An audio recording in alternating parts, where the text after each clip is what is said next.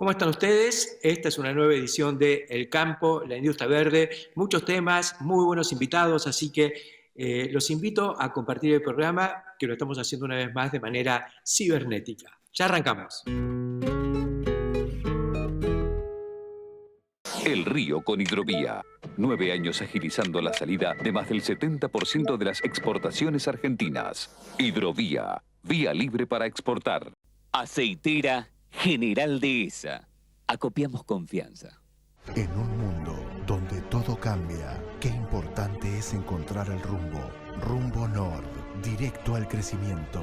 Buenas semillas, buenos negocios. Nord. En Barbechos, aplica 2,4-D Dédalo Elite, mitad de activo, mínima volatilidad y sin olor. Nanotecnología Red Surcos es sustentabilidad agrícola.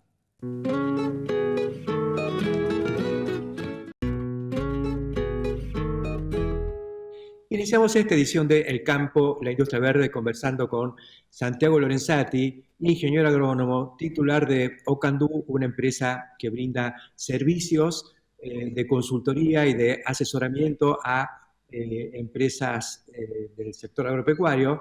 Pero bueno, un poco el motivo es darle continuidad a lo que conversábamos la semana pasada con Kaki Turletti, de la Municipalidad de Montebuey, de donde es también Santiago Lorenzati, respecto a esta saga del municipio verde, de una nueva relación del agro con la comunidad, con la sociedad urbana, y en esto ha sido factotum, como conversábamos la semana pasada con Turlati, el propio Santiago Lorenzati. Santiago, muchas gracias por acompañarnos aquí en el campo de la Industria Verde. Queríamos darte la bienvenida y, bueno, por un lado, no puedo arrancar sin felicitarte por este nuevo paso que se ha dado en la historia del municipio sustentable, del municipio verde de Montebuey. Hola Héctor, bueno, un gusto para mí compartir este espacio con vos. Y bien, como decís, en Montebuey estamos continuando por el camino de demostrar cómo se hacen las cosas, ¿no? Y poder dar garantías a la sociedad de cómo son los procesos productivos, los cuidados que se tienen para llevar tranquilidad.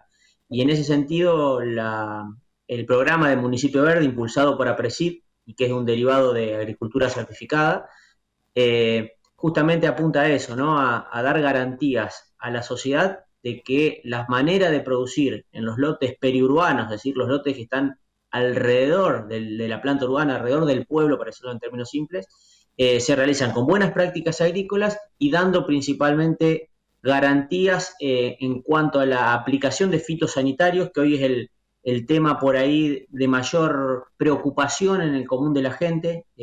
Así que bueno, justamente el Municipio Verde apunta a eso, dar garantías de que las cosas se hacen bien, poder demostrarlo y poder comunicarlo. Lo que conviene recordar es que vos en su momento fuiste gerente, director técnico, digamos, de APRESID, fuiste responsable de todo lo que tenía que ver con el desarrollo tecnológico que se impulsaba desde allí adentro, y ahí también lanzaste la iniciativa de agricultura certificada.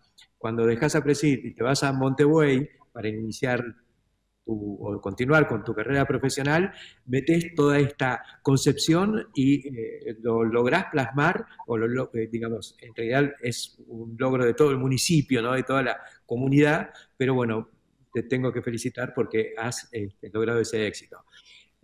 Más allá de esto, me gustaría que nos cuentes qué es lo que hace Ocandú.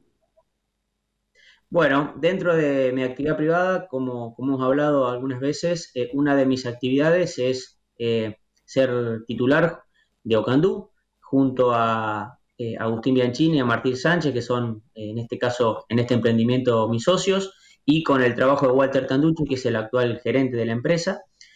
Somos un equipo de profesionales que lo que intentamos hacer en Ocandú es generar nuevo conocimiento que apunte a cortar la brecha productiva, ¿no es cierto?, entre lo que logramos, por un lado, en los ensayos a campos, validando nueva tecnología, y lo que podemos llevar luego al lote real, al lote de producción. Entonces, nuestro objetivo es descubrir justamente las nuevas tecnologías, sus nuevos impactos, cuantificarlos y luego llevarlo al lote. Es decir, no quedarnos solamente en la generación o la adaptación de tecnología para dar ese salto productivo, sino también tratar de trasladarlo al terreno real y a la práctica en lotes de producción. Ese es el objetivo principal que nos hemos puesto en Ocandú. Y obviamente en ese recorrido hacemos, por un lado, los ensayos a campo, para la cual tenemos maquinaria específica para eso, para poder trabajar en microparcelas, poder hacer análisis con rigor estadístico de esa información.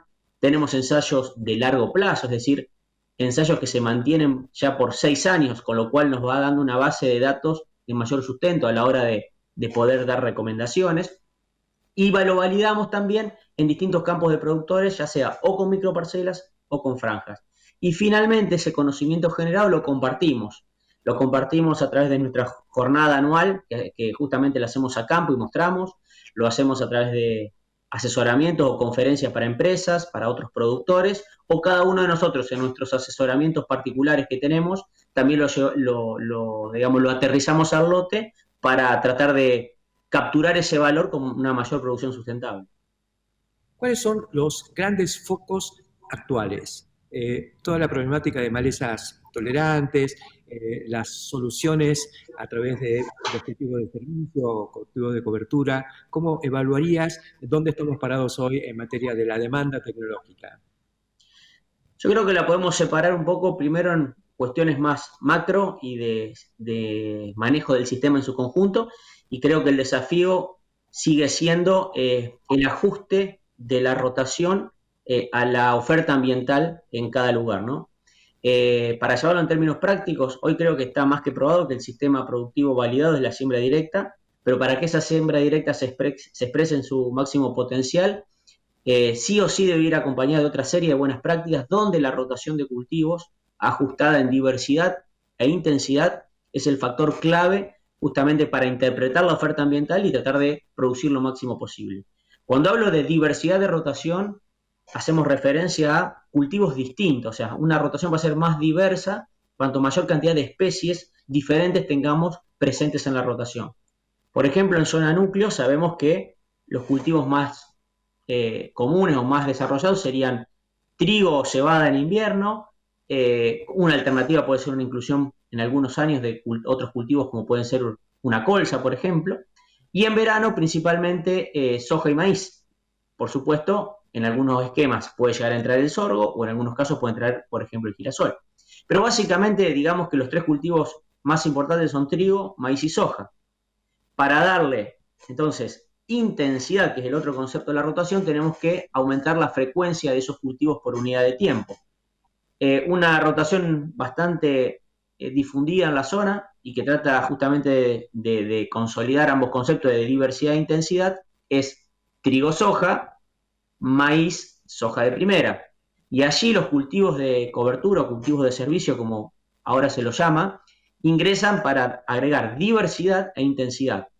En el caso particular estamos utilizando, por ejemplo, el cultivo de centeno entre el maíz de primera y la soja de primera, se hace un cultivo de centeno, cuyo objetivo, como vos decías, Héctor, es atacar uno de los problemas principales, que es el manejo de malezas resistentes o malezas complejas.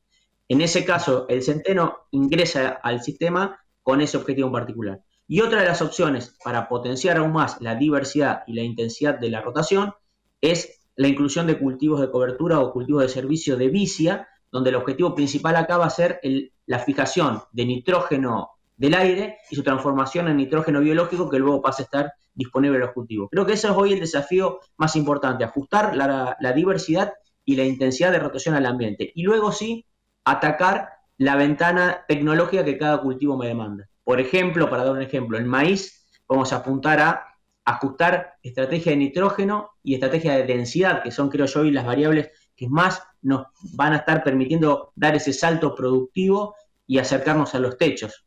En soja podemos estar hablando de, creo yo que ahí tenemos que seguir con un ajuste de la nutrición, pues si bien es un cultivo que responde, entre comillas, poco a la fertilización, estamos encontrando casos que sí lo hacen. Y en todos esos casos, ajustando siempre genética y manejo sanitario y estrategia de control de maleza. Creo que por ahí pasan los grandes ejes. Y en lo que es trigo, el tema enfermedades, creo que sigue siendo prioritario, además de un manejo nutricional ajustado. La lección de agronomía que nos está dando Santiago Lorenzati, repasando toda esta temática y los grandes focos que tienen que ver con este desarrollo tecnológico. Cuando planteabas el tema de la siembra de los cultivos de cobertura entre maíz y la soja de primera siguiente, ahí también se plantea, dentro del esquema de la intensidad, digamos, sembrar ese cultivo lo antes posible, para lo cual también hay que implementar las técnicas o las estrategias para poder sembrarlo, o ni bien se cosecha el maíz, o incluso antes. Sí, tal cual. En ese caso es fundamental adelantar lo máximo posible la siembra. Idealmente debiéramos hacerlo ni bien el maíz deja de consumir recursos, es decir, cuando el maíz alcanza madurez fisiológica, ya estamos en condiciones de implantar el siguiente cultivo, en este caso un cultivo de centeno. Y para eso, para poder lograr ese objetivo, podemos hacerlo, por ejemplo, con siembras aéreas, ¿no? Hoy, de hecho, estoy trabajando también en una empresa llamada Axod, en la cual damos servicios de siembra aérea, y muchas hoy de las tareas están relacionadas con este tema, es decir, brindar siembras aéreas a partir de la madurez fisiológica del maíz y antes de su cosecha. Entonces, de esta manera ganamos fácilmente 30 o 35 días a la implantación del centeno respecto a lo que sería sembrarlo tradicionalmente con una sembradora post cosecha del cultivo de maíz. Entonces ya al momento de cosechar el maíz, ya tenemos un cultivo de centeno implantado, que ya está fotosintetizando, que ya está teniendo actividad biológica asociada a su rizosfera, o sea, a la zona del suelo alrededor de las raíces, y eso es ganar tiempo y aprovechar una ventana mucho más favorable para que ese cultivo empiece a expresarse y empiece a competir con malezas. Lo mismo se hace también con la soja, que luego va a maíz o a trigo o a un cultivo de verano. Sí, creo la otra gran herramienta que podemos tener, creo yo que es, como te decía, la vicia. Y en el caso de la vicia, normalmente se la está sembrando detrás, por ejemplo, de una soja de segunda o de una soja de primera, pero que vamos a un maíz. Ese maíz generalmente es un maíz tardío. ¿Por qué digo maíz tardío? Porque la siembra de la vicia se puede hacer aérea, se puede hacer con sembradora, pero independientemente del momento de siembra, el pico productivo, el pico de biomasa, lo va a estar dando principalmente en esta zona alrededor del mes de septiembre y octubre. Entonces, para maximizar esa producción de biomasa y por ende eficacia biológica, debemos esperar que la vicia tal vez supere los 4.000 o 5.000 kilos de materia seca como piso, y eso se va a estar logrando en septiembre-octubre.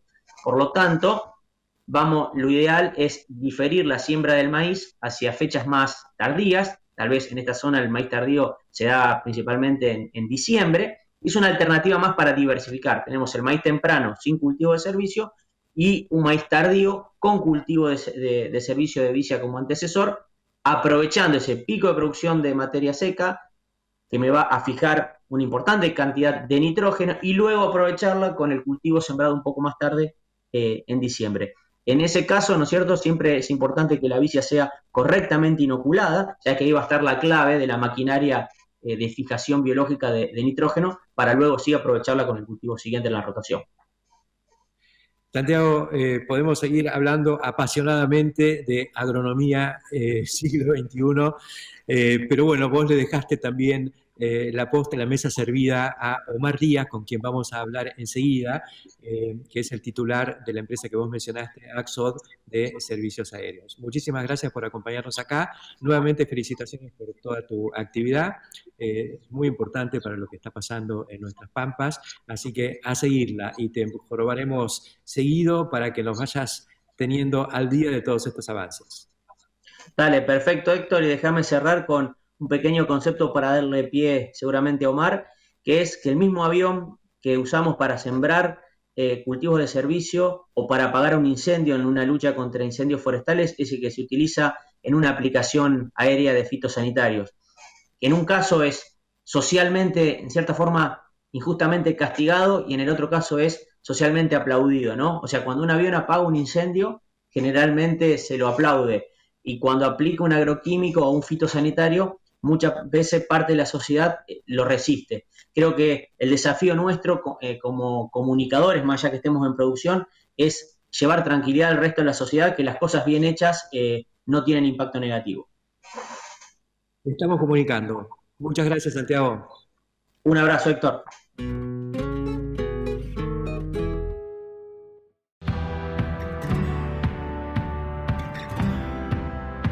En plena cosecha pueden faltar camiones, pero lo que nunca te puede faltar es un buen stock de IPESA Silo.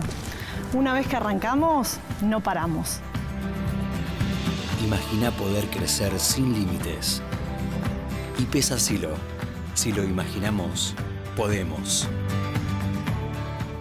Saber lo que consumimos es valorar lo que producimos. IPCBA, Instituto de Promoción de la Carne Vacuna Argentina. Rizobacter es una manera diferente de hacer agricultura. Aplicamos tecnología para potenciar la vida de cada semilla en todo el mundo. Rizobacter, una empresa argentina.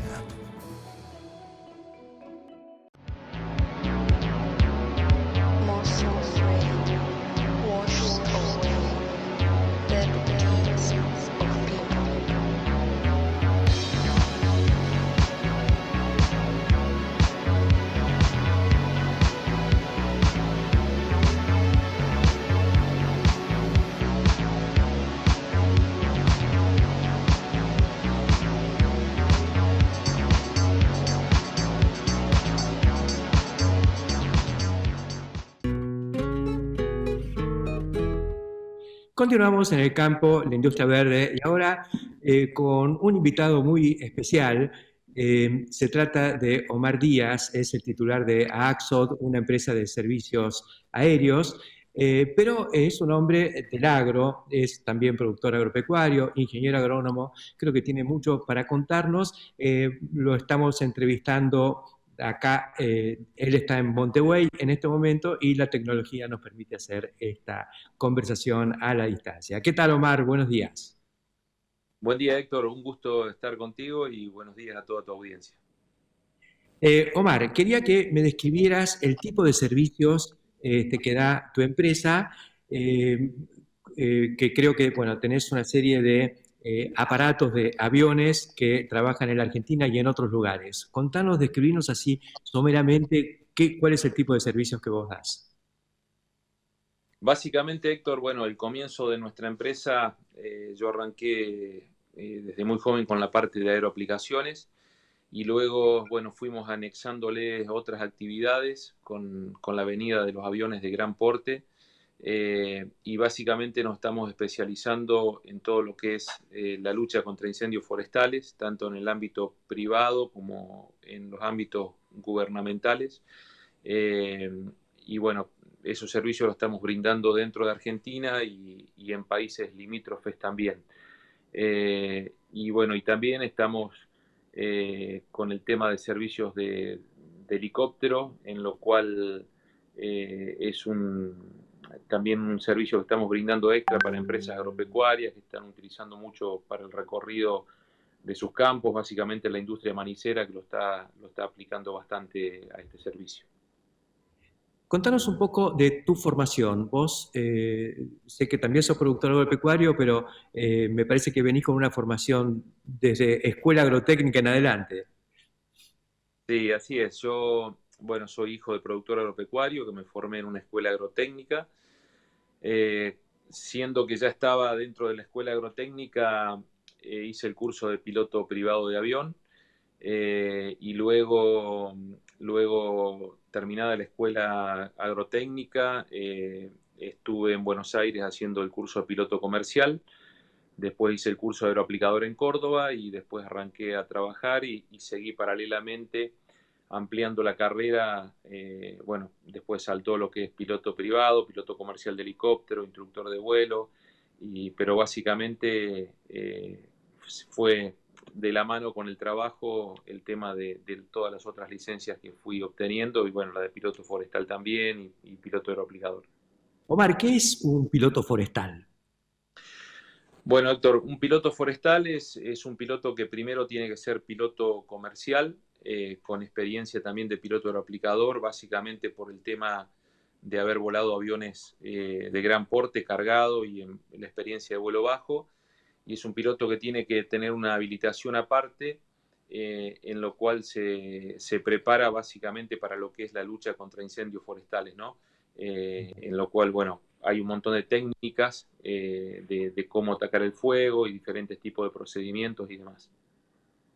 El año pasado hubo incendios forestales muy importantes en Brasil, todo el tema que, bueno, lo mismo sucedió en Australia y demás, pero lo de Brasil causó mucho impacto en todo el mundo y acá se supo que, bueno, Argentina había colaborado un poco en el combate de esos incendios. ¿Tuviste algo que ver con eso? Sí, efectivamente, Héctor, nosotros fuimos la única empresa argentina que estuvimos en el Amazonas. Fuimos, en este caso, en representación del gobierno chileno. Nosotros brindamos nuestros servicios en Chile para una empresa de Chile, que a su vez le brinda los servicios a la CONAF, que es el Consorcio Nacional Forestal, que depende del gobierno de Chile.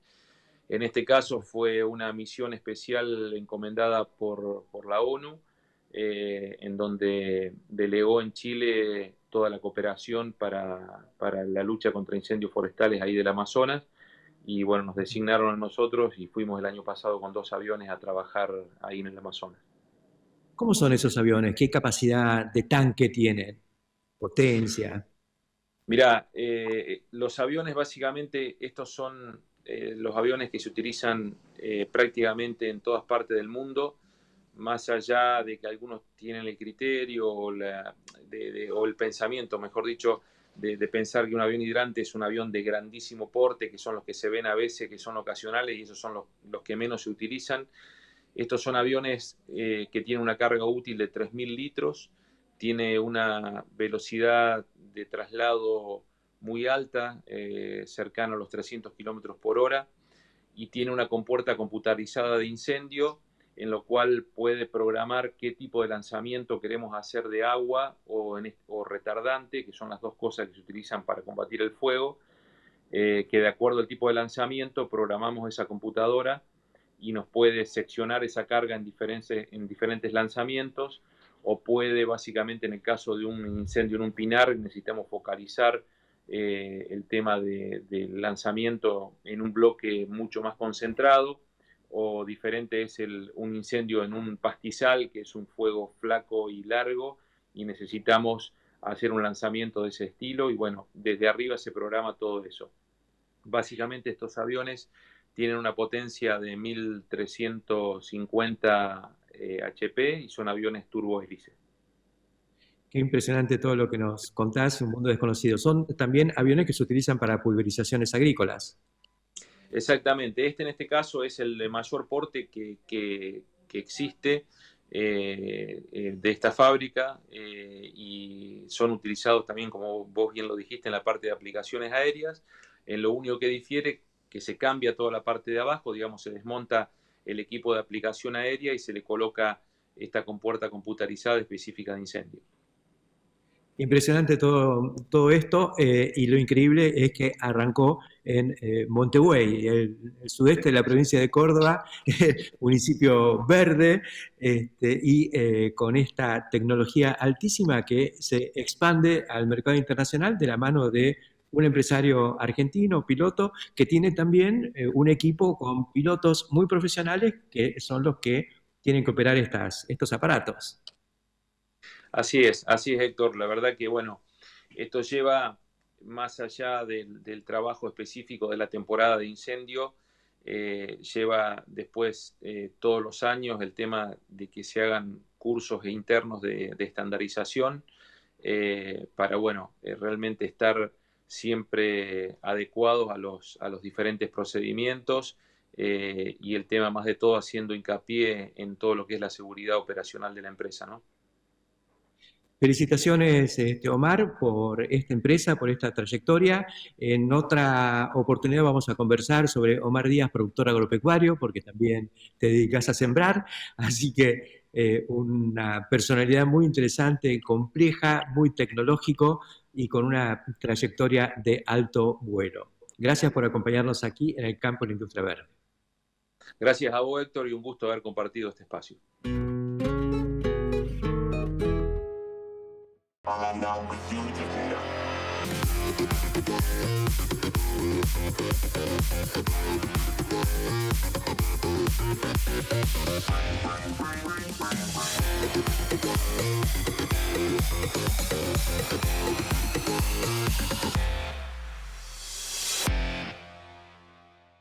Más gestión, mejores resultados. La evolución del sistema Router. Obtenga terneras eficientes de 115-120 kilogramos en 105 días. Consulte a su distribuidor o cooperativa por financiación especial. www.router.com.ar.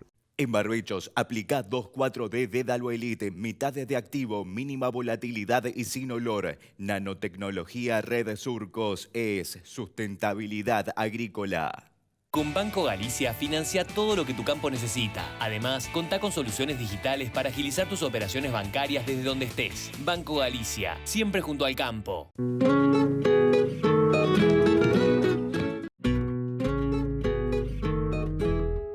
Y continuamos en el campo, la industria verde, ahora metiéndonos en los fierros, en el mundo de la maquinaria agrícola.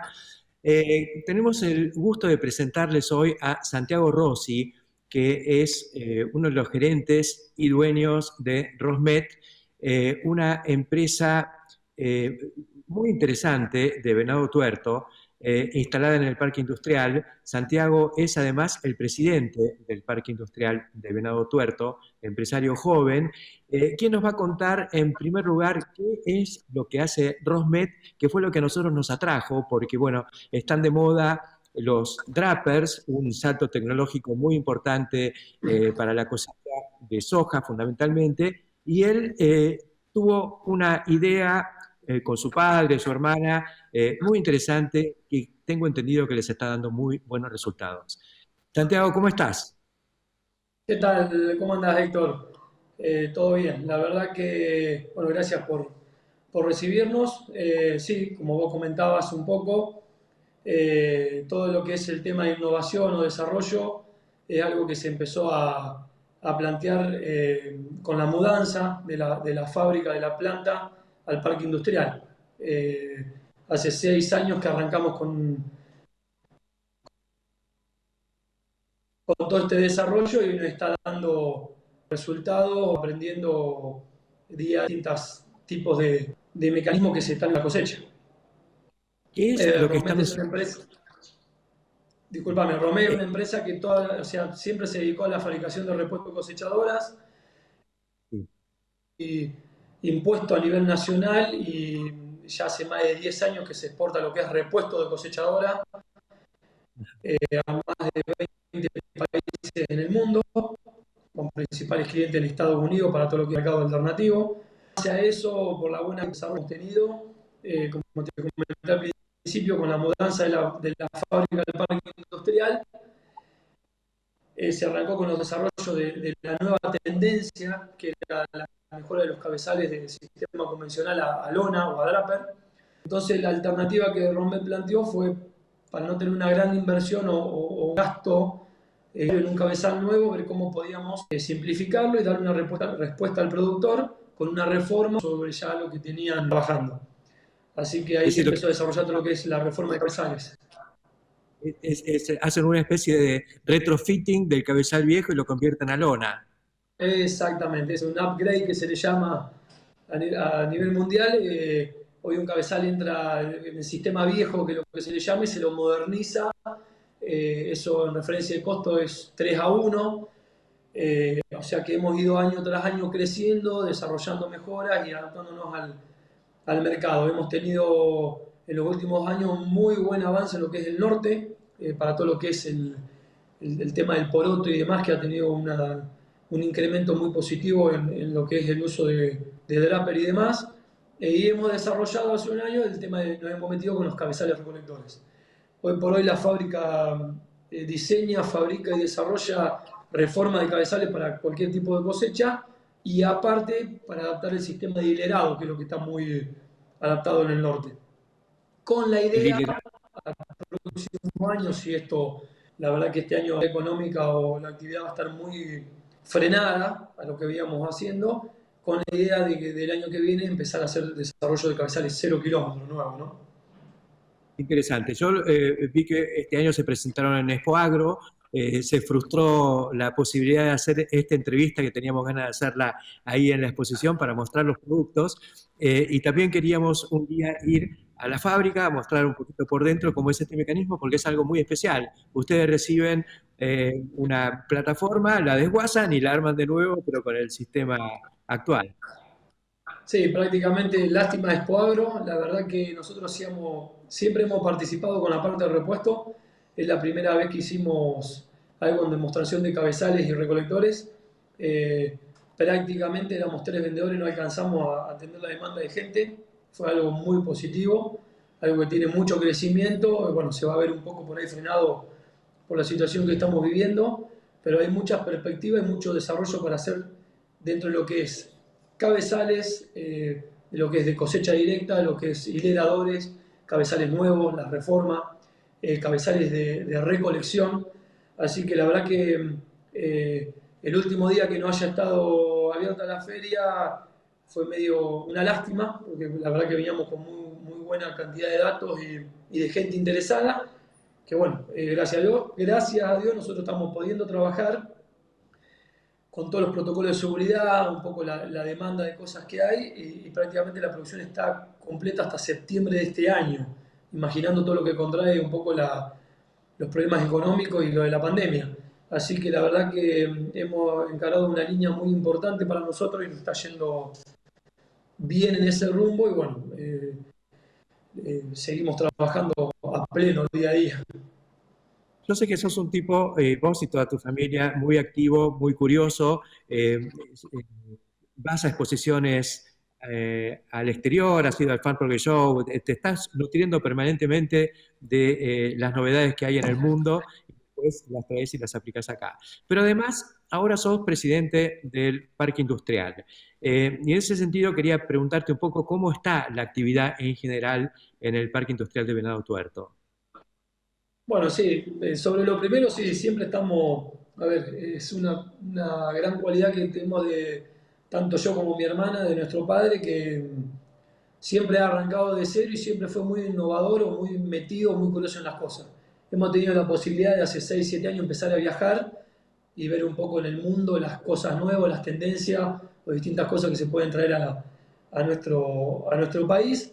En lo que a mí me respecta la parte productiva, estoy siempre en eso, en lo que a mi hermana respecta en la parte económica y demás, apoyando. Tenemos ese ejemplo a seguir y nos vamos actualizando. Este año, en noviembre viajamos a Agritécnica, en donde se está desarrollando un poco el mercado europeo, tanto sea en repuesto, que ya lo teníamos avanzado para que crezca, y ahora en lo que es un poco cabezales y demás. Con la idea de, bueno, no este año, pero sí el próximo, ver si participamos ya con elementos para exhibir. Sobre eso estamos siempre constantemente trabajando y lo que nos va dando el crecimiento. Sobre el tema del parque industrial, bueno, las antiguas administraciones han apostado un poco a las generaciones jóvenes. No estoy solo en esto, hay dos de antiguos consorcios que van a la par y hay 3 o 4 personas jóvenes que en esto. Le estamos dando una mano. El Parque Industrial de Venado es muy importante para el sur de Santa Fe. Hay más de 80 empresas radicadas, son 100 hectáreas prácticamente, los servicios, pavimento, vigilancia, muy bien desarrollado. Esta gente apostó un poco en la juventud para que nos interesemos un poco más en temas políticos, en temas administrativos, que creo que los vamos llevando. Hoy por hoy la realidad es cruda, ver lo que estaba hace un mes prácticamente desierto. El Parque Industrial alberga más de 2.500 empleados. Prácticamente hoy está trabajando el 30% de lo que es el parque. Justamente esta semana activa Essen, que es una planta industrial que es muy importante para la economía de la ciudad y reactiva bastante movimiento, porque son cerca de 200 a 300 personas que van a empezar a trabajar con todas las medidas de seguridad.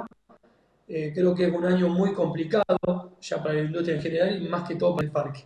Estamos afrontando distintos problemas económicos en lo que es la cooperativa y un poco de ayuda a la crisis que es la cámara que los involucra, para ver cómo podemos ir activando distintas empresas, ayudándolas a que puedan reactivarse, ir metiéndolas dentro de los protocolos y de los distintos relaciones de trabajo que hay para que puedan empezar a tener actividad y no llegar a una pérdida, ¿no? Santiago, la verdad que es fabuloso. ¿Cuántos años tenés? 39, ya este año cambio de década, voy para los 40. Digno hijo de un emprendedor, de un hombre que armó la empresa y ustedes lo supieron acompañar desde siempre y ahora asumiendo más responsabilidades, porque por un lado vos tenés todo el foco puesto, por supuesto, en el desarrollo de Rosmet, pero también te le animás a las actividades institucionales que también son muy importantes y que tienen que ver con el desarrollo de la comunidad. Te felicito a la empresa, me encanta ese espíritu innovador y sobre todo buscándole la vuelta para ayudar al chacarero, ayudar al productor, al contratista a encontrar soluciones económicas sin escatimarle a la tecnología, porque ustedes lo que han hecho es facilitar el acceso a lo último que hay para la cosecha de soja con estas reformas, aprovechando lo que hay, pero poniéndolo en condiciones modernas. Te felicito por todo esto y nos comprometemos con el campo de la industria verde, con Ana, como lo hemos planteado más de una vez, en visitarlos en la planta y mostrar por dentro lo que ustedes hacen. Sí, la verdad que, bueno, muchas gracias a ustedes por el espacio. Esto creo que es un conjunto de cosas, como te dije al principio, que viene desde mi padre y la seguimos llevando con mi hermana.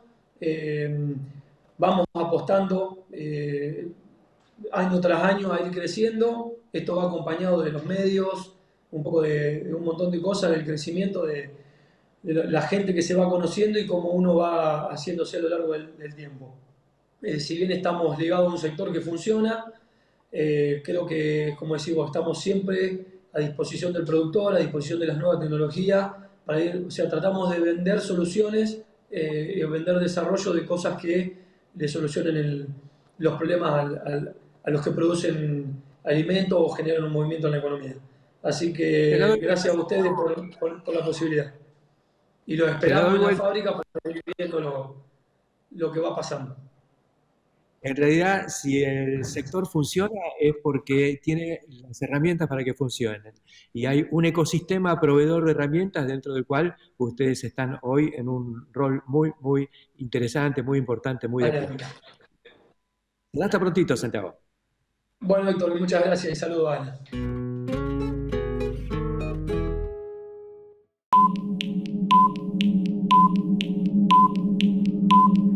Prepárate para arrancar con todo. La planificación de tiempo marca la diferencia. Reserva ya mismo la línea de herbicidas de FMC.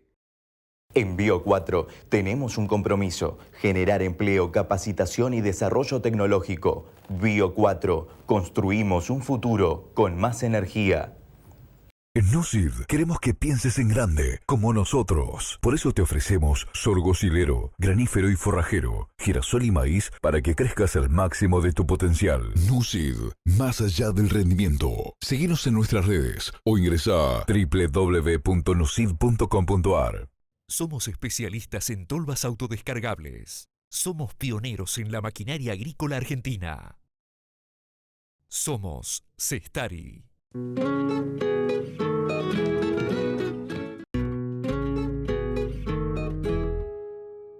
Continuamos en el campo, la industria verde, y ahora un poco lo que tenemos que saber, lo que no nos gusta saber, pero bueno, aquí estamos. Ya se imaginarán, vamos a conversar con Santiago Sáenz Valiente, nuestro experto en impuestos, para que nos pinte un poco el panorama de dónde estamos parados, no solo en el sector, sino en general en toda la actividad en la Argentina. ¿Qué tal, Santiago? ¿Cómo estás? ¿Qué tal, Héctor? Bueno, acá cumpliendo la cuarentena como corresponde, igual que ustedes, con algunas excepciones que tienen para llegar hasta el canal o no, pero la verdad es que, a ver, viste que a mí me califican como pájaro de mal agüero, sí, con malas noticias. Sinceramente, la preocupación es grande, Por el lado del Estado, estamos con la situación de, obviamente, pérdida de recaudación, obviamente, entidades o absolutamente limitadas, y por el otro lado también la situación de las propias empresas, ¿no? Yo acabo de escribir una nota, que todavía no se publicó, que el título le puse ¿Por qué odian a los contribuyentes? Yo creo que los contribuyentes tienen que ser aplaudidos, los empresarios, además de los médicos, por supuesto, y mucha gente que también colabora en esta pandemia para que podamos alimentarnos, para que podamos entretenernos con estas videoconferencias también. Así que la verdad que yo estoy francamente preocupado, y obviamente los empresarios también, no solo las pymes, y esto es lo que hago recalco, las grandes empresas también. Cuando alguien alguna vez dijo, chicos chicos, problemas chicos, chicos grandes, problemas grandes. Bueno, esto creo que es absolutamente aplicable. Y si bien se determinaron algunas medidas por parte del Estado, en especial de carácter previsional o salarial o crediticio, prácticamente impositivo, prácticamente ninguna medida. Desde el punto de vista de lo salarial está la inscripción en el ATP, que no es un torneo de tenis o de golf, sino que se trata justamente de la atención al trabajo y la producción, que es un decreto 332 que luego se modificó. Una idea para ver en la maroma que estamos de normativas, Héctor. En los últimos 35 días salieron 130 decretos aproximadamente y más de 100 y pico de normativas de disposiciones reglamentarias. Esto es muy difícil de abarcar, es muy difícil de entender. Ahora hay algunos beneficios, sí, para los monotributistas a través de un crédito a tasa cero, en 3 cuotas, de un total de 150.000 pesos, para la categoría más baja son, pero en general no hay prórrogas impositivas, y no solo eso, sino que además de no haber prórrogas impositivas, por ejemplo, los anticipos de impuesto a las ganancias o bienes personales que vencieron en abril, las declaraciones de impuestos el cierre es diciembre, que hay muchas sociedades que cierran y que vencen el 13 de mayo, no se habla tampoco de una prórroga. Los problemas financieros de las empresas son fastuosos y intentan de alguna manera, por supuesto, acordar con sus proveedores los pagos diferidos. Lo mismo sucede con los alquileres en general, algunos con graves efectos tributarios, como es el caso de un alquiler, alguien que tenga un inmueble para oficina o local comercial, está gravado con el impuesto al valor agregado, y la habilidad corresponde en el periodo de facturación, al periodo al cual corresponde el alquiler. Se están produciendo muchas solicitudes de prórroga de por lo menos los próximos 3 meses, y en consecuencia el propietario, además de tener una renta mínima, va a tener que afrontar el impuesto al valor agregado. Acá va una recomendación, es el tema de ingresos brutos, por ejemplo, en los arrendamientos rurales. Tener en cuenta que cuando el titular es una persona humana, puede declarar por lo efectivamente cobrado, no por lo devengado, que es un término difícil que usamos los contadores. Entonces, si no cobra, no debiera pagar el impuesto a los ingresos brutos, y hay jurisdicciones con tasas estrambóticas, ¿no? El 6%, 4%, 5%, depende de las jurisdicciones. Así entonces, que ahí hay... Y bueno, a ver, de esto se trata, Héctor, lo que hay que estar trabajando en estos días, y es en todo lo que es posible diferir. Posible diferimiento no menor, legales y reglamentarias que permiten ciertas operaciones de diferimiento. Por ejemplo, la venta y el reemplazo de un bien, las operaciones de canje también permiten diferimiento, en el agro son muy relevantes, pedir una solicitud de reducción de anticipos impositivos futuros también es muy importante, esto depende de una estimación.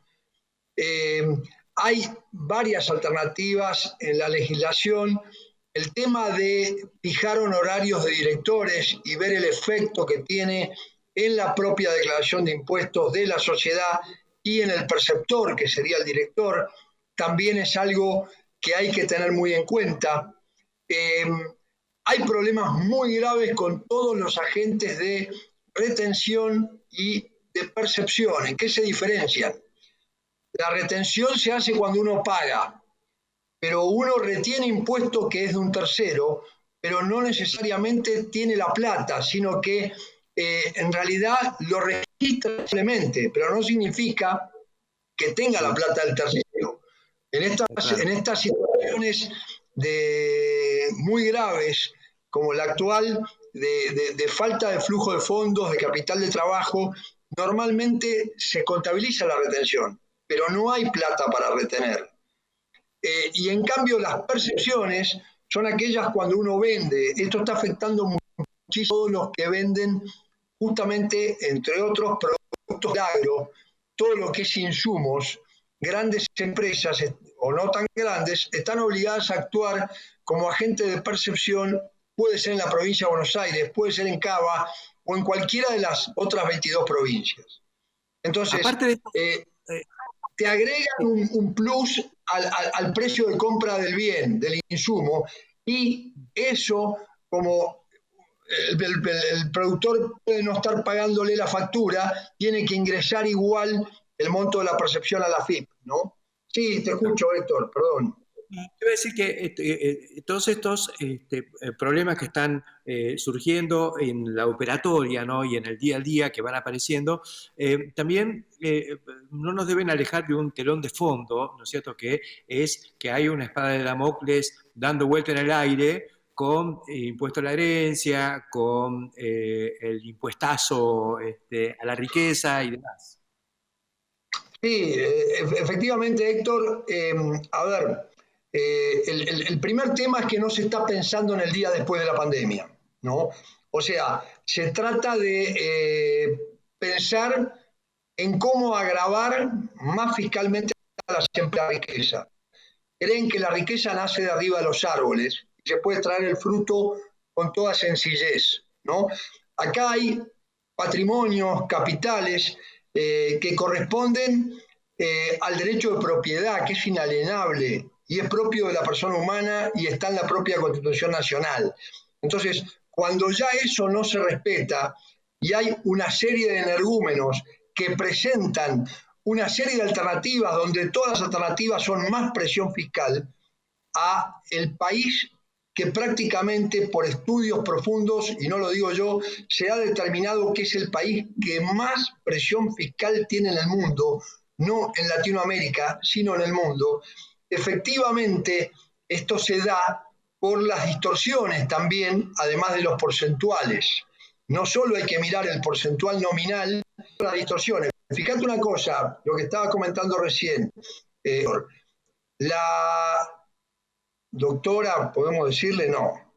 La señora vicepresidenta Cristina Fernández de Kirchner está pensando en ya suspender totalmente o derogar el ajuste por inflación impositivo. El ajuste por inflación impositivo ya está suficientemente vapuleado y ya está sumamente licuado a través de esta postergación del efecto del ajuste en 6 cuotas anuales nominales. Esto es una burla. Hay muchos que creen que está bien, que sería bueno que lo deroguen para que vengan todas las causas judiciales que deben venir para que se ejerza el derecho en forma plena al contribuyente. Realmente es preocupante esta postura de derogarlo, pero bueno, se va a judicializar la cosa. Por el otro lado, tenemos también que hacer notar que hay una ola con el impuesto a la herencia, como vos nombraste. El impuesto a la herencia que hoy existe exclusivamente en la provincia de Buenos Aires, porque la provincia de Entre Ríos fue derogado, este impuesto es altamente dañino, se superpone con el impuesto patrimonial, que ni siquiera es patrimonial, es a los bienes personales, y que encima se está hablando de un impuesto extraordinario a los ricos de más de 2 o 3 millones de dólares con un porcentaje adicional del 2%. Vos fijate que alguien que tiene bienes en el exterior, y hay agropecuarios que lo tienen, ahí hay una disquisición que quiero hacer.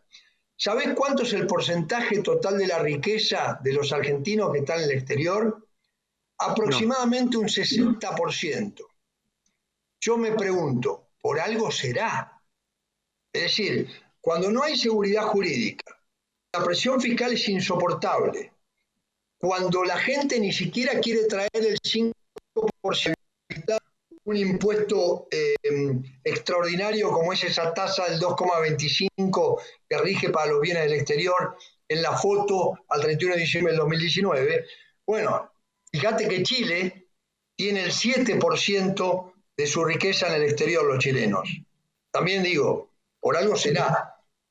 Hoy Chile está en la picota entre Fernández y todo lo que es Chile, pero lo cierto es que Chile tiene una estructura o un sistema tributario muy lógico.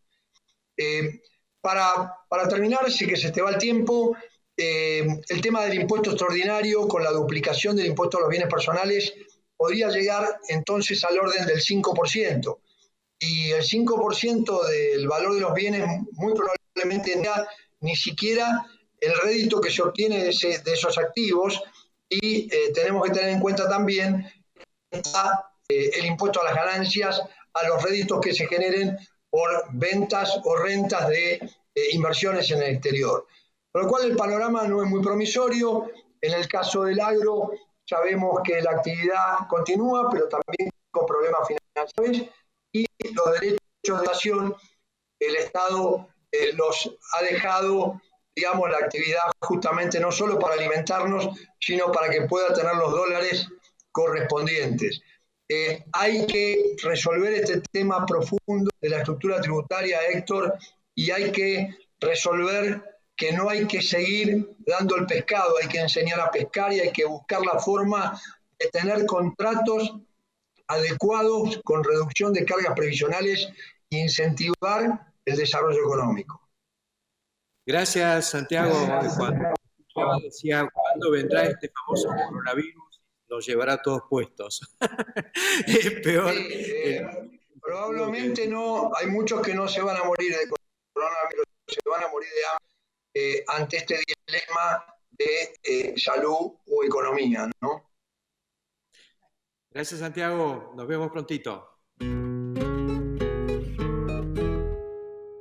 Snack Crops, Sociedad Anónima, líder mundial en la comercialización de especialidades con fuertes raíces en Argentina, lo invita a sembrar maíz pisingallo y girasol confitería para sus mercados en más de 60 países. Contáctenos al 011 5246 1901, vía mail a sergio.casas@snackcrops.com o bien visítenos en nuestra planta industrial ubicada en Pehuajó, provincia de Buenos Aires. Auspicia Chomel, para su fertilizadora destinada a microgranulados y sembradora de pasturas línea Spin. Chomel. Summit Agro te invita a entrar a una nueva dimensión en control de malezas difíciles. Presentamos FIRS, la más completa solución para malezas resistentes con el mejor perfil ecotoxicológico.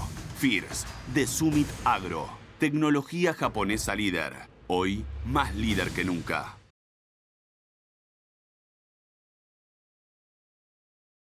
Empezar viendo una dificultad y terminar brindando soluciones de movilidad para todos. Por eso, creamos Toyota Mobility Services, para que las personas que tienen necesidades de movilidad puedan solucionarlas. Y esto es todo lo que podemos ofrecerles hoy, no tenemos más tiempo, así que creo que hemos hecho un programa de gran nivel con muy buenos entrevistados, muy lindos temas, algunos no tan lindos, pero bueno, a reflexionar, a ver dónde estamos parados y hasta la semana que viene.